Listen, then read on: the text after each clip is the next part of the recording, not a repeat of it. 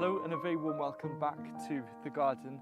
Today's video I'm going to be sharing with you 10 lessons that I've learnt with raised bed gardening. So if I could only share 10 to any gardener, beginner or with a bit of experience, these are the 10 chosen ones.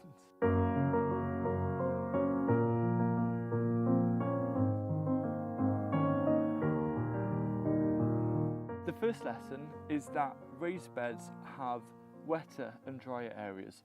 So all the way around the edge of a raised bed, that's actually going to dry out the soonest. So if you want to be clever about it, you can plant more kind of drought tolerant or low water tolerant crops, for example this quinoa here, and then save the middle of the bed for plants that do like a lot more moisture, such as brassicas and lettuces. If you're growing the same crop in a raised bed from the middle to the edge, whenever it comes to hand watering, just water a little bit extra around the sides versus in the middle, and that will help ensure a nice consistent amount of moisture for the plants.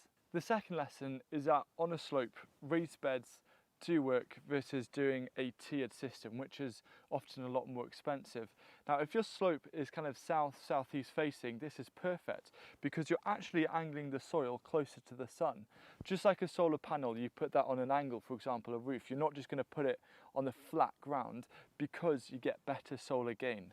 And the dark soil of a raised bed can actually act as a bit of a solar panel itself. It can hold the thermal energy for the sun. It means that early in the day the soil warms up quicker, which gives you a bit of an extra boost and head start around the start and the end of the growing season.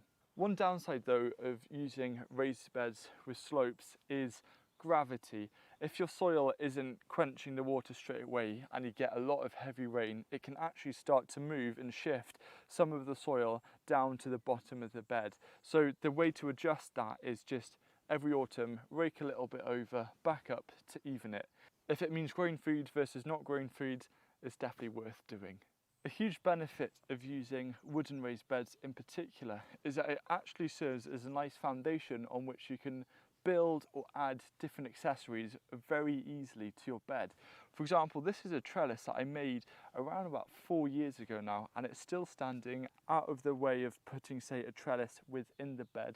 So you're actually maximizing the amount of space that you have. So you can get really clever with trellises, even attaching a cold frame, anything that can help you make the most of your space.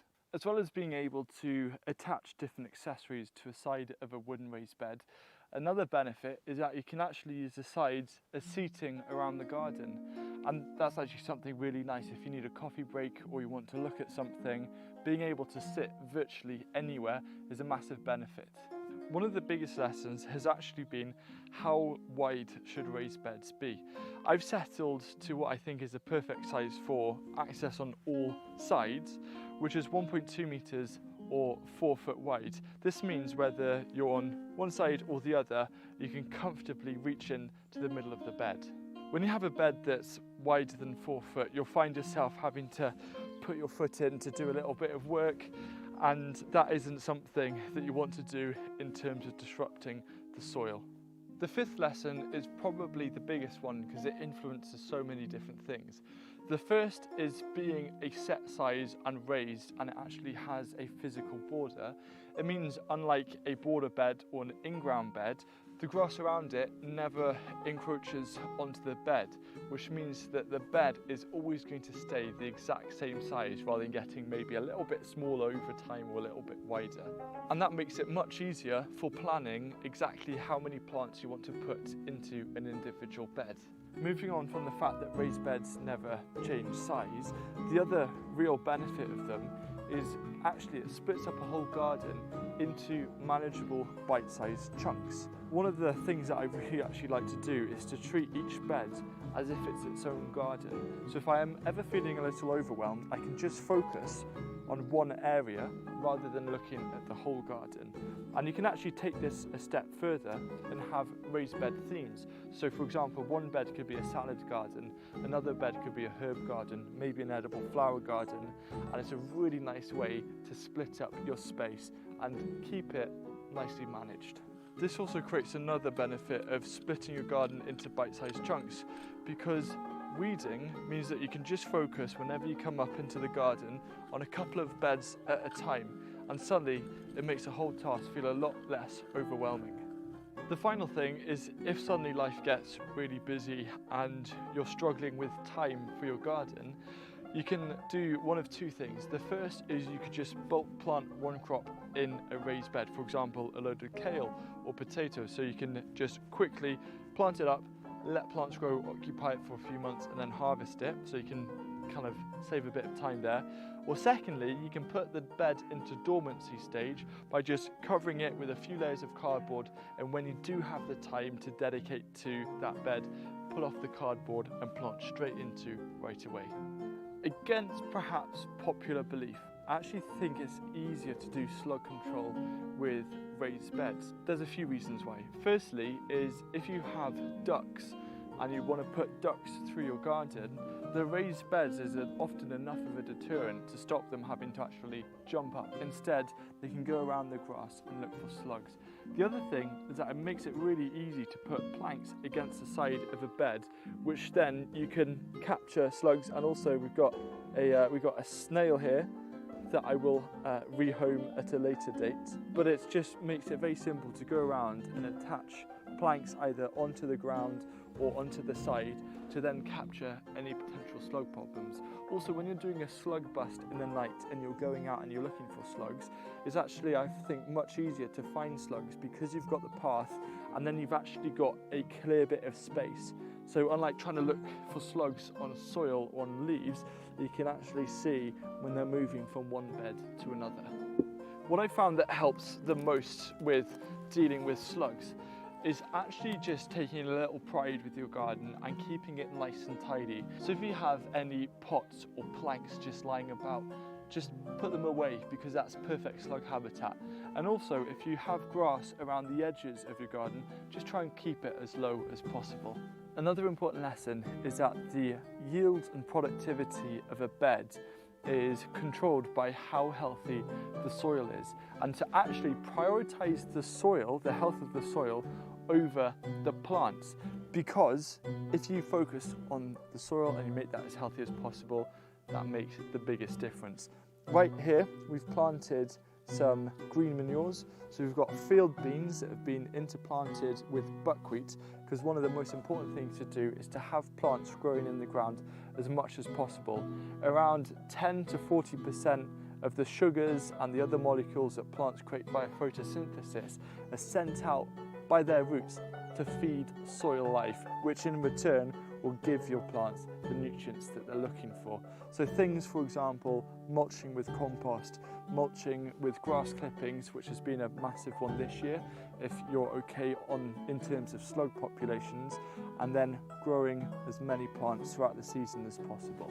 An easy way that you can start improving soil health starting today is whenever you're removing plants, for example, these lettuces have started bolting, is to cut the plants at the base so you leave the roots in the ground. This is going to go into the compost, but leaving the roots in the ground is a great way to add carbon, which is one of the most important molecules for a healthy, thriving soil. One of the biggest lessons that I've learned with gardening using raised beds is actually to carefully consider how different crops grow. Here I've got nasturtiums. It's quite a nice trailing plant, so actually growing it on the edge of a bed, allowing it to take up some of the pathway, is a great way to create space for growing more crops inside.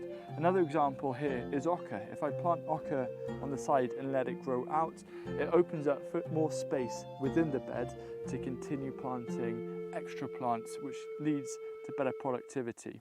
Within a polytunnel, in one of our polytunnels, we actually have a load of tumbling tom tomatoes cascading over the side of a bed. So just think about how a plant grows and how you can use it to the advantage with the height of a raised bed to actually grow over the top, so you get all of this extra growing space and open up more space within. The edges of a raised bed is very useful, but one of the most exciting areas is, I think, the corner of a raised bed. Firstly, because it's the perfect place to put in a wigwam. A wigwam is a great way to adds a lot of vertical interest and structure to a garden. It kind of fits neatly out of the way to open up the rest of the bed, and it also creates another corner which you can use. So this corner here, we're growing, we were growing dill, and now we're saving it for seed. But another amazing useful corner of a raised bed is to grow plants for pollinators and other beneficial insects. Just dedicating a little area to bring those into the garden is going to massively boost and help overall garden health, which in turn is going to have a positive impact on the total yields of the garden, but also how nice and beautiful it looks. A big lesson for me is that direct sowing is often an underrated way of starting seeds for raised beds. In this day and age, there's a lot of emphasis on modules and transplanting, like the seedlings behind me, but these winter radish were sown direct, and we've been doing a lot quite recently, especially with the green manures. It's a lot more simple in terms of starting off, and you just need that bit of confidence. But I think the thing that really wins it for direct sowing is that the plants actually grow healthier and they're more resilient to dry weather, because when I pull up a plant that has been transplanted by a module versus a plant that has been sown directly, the direct sown plants always have a much better root system. When it comes to raised beds, there's two kind of main materials leading the race in terms of popularity, and that's wooden beds and metal beds. And you might be wondering, what is the best choice? I've written a detailed blog post comparing the two. There's a link down below, so give it a read, and hopefully it'll help you understand all of the key benefits between the two types of materials. And if you like this content and want to support the projects that we do on this channel and beyond, the easiest way to do that is to get all of your gardening supplies, for example cold frames, tools and seeds, from hughesgarden.com. I'll see you again next week.